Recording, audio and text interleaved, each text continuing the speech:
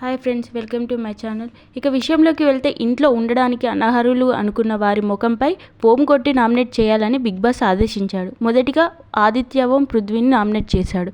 Mic పక్కన పెట్టి గుసగుసలు పెడుతున్నావు, నీ ఫ్రెండ్ అయిన పృథ్వీ ఆవేశంతో ఉంటే తనను ఎందుకు కూల్ చేయలేదు అని ఆదిత్య ఓం సోనియాని నామినేట్ చేశాడు.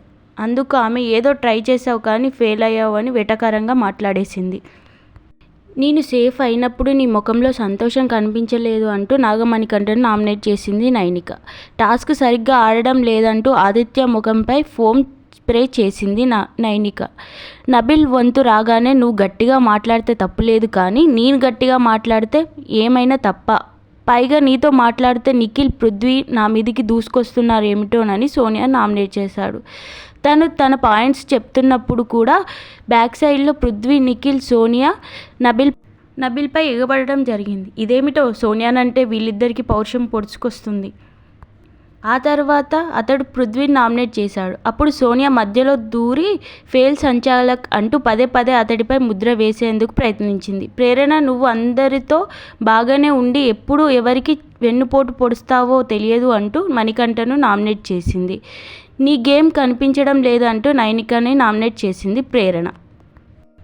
సంచాలకుడిగా కాదు, ఒక మనిషిగా కూడా నువ్వు ఫెయిల్ అయ్యావు అని నబిల్ని నామినేట్ చేసింది సోనియా. అవునా, నిన్ను నేను నామినేట్ చేసేందుకు నేను తప్ప? ఫేక్ కదా అని కౌంటర్ ఇచ్చారు. తర్వాత ఆమె ఆదిత్య గురించి మాట్లాడుతూ మీ పర్ఫార్మెన్స్ ఏమీ కనబడట్లేదు, పెద్ద పాయింట్స్ ఏం లేవు అంటూ నామినేట్ చేసింది. ఈ వారం వెళ్తారని మీరు ఫిక్స్ అయ్యారు కాబట్టి ప్లీజ్ వెళ్ళకండి అని నామినేట్ చేసింది. నీ వల్ల దెబ్బలు తాకుతాయేమో అని భయంగా ఉంటుంది పృథ్వీ అని నాగమణికంట పృథ్వీని నామినేట్ చేశారు. మీరు బొమ్మరిల్లు సినిమాలలో ప్రకాష్ రాజులాగా ఎక్కువగా గైడ్ చేస్తున్నారు, అది వద్దు అంటూ ఆదిత్య ఓంని హీరో సిద్ధార్థ్లాగా క్లాస్ పీకి నామినేట్ చేశారు. నిన్నొకరు బూతులు తిడితే సైలెంట్గా ఉండడం నచ్చలేదు అని ప్రేరణ నామినేట్ చేసింది విష్ణుప్రియ. అతడు తిట్టింది నన్ను కదా, నాకు తెలుసు, నువ్వు కావాలని ఇలా ప్రతీకారం తీసుకుంటున్నావని అసలు విషయం బయటపెట్టింది ప్రేరణ. పృథ్వీ, నబిల్ని నామినేట్ చేస్తూ నువ్వు బయాస్ సంచాలక్ అంటూ నామినేట్ చేశారు. మణికంఠని నువ్వు అన్ఫేర్గా ఆడుతున్నావంటూ నామినేట్ చేశారు. సీత ప్రేరణని మరియు మణికంఠని నామినేట్ చేసింది. యష్మి వంతు రాగానే హౌస్లో నువ్వు చాలా వీక్ అంటూ మణిని నామినేట్ చేసింది.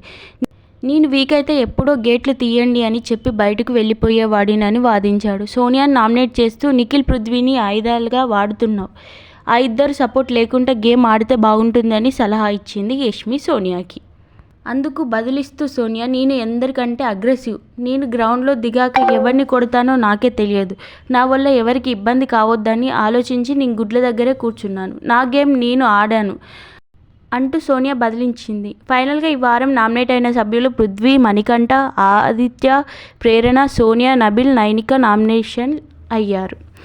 అయితే నిఖిల్ చీఫ్ అయినందుకు అతడికి ఒకరిని సేవ్ చేసే అవకాశం ఇవ్వడంతో అతడు నైనికని సేవ్ చేశాడు.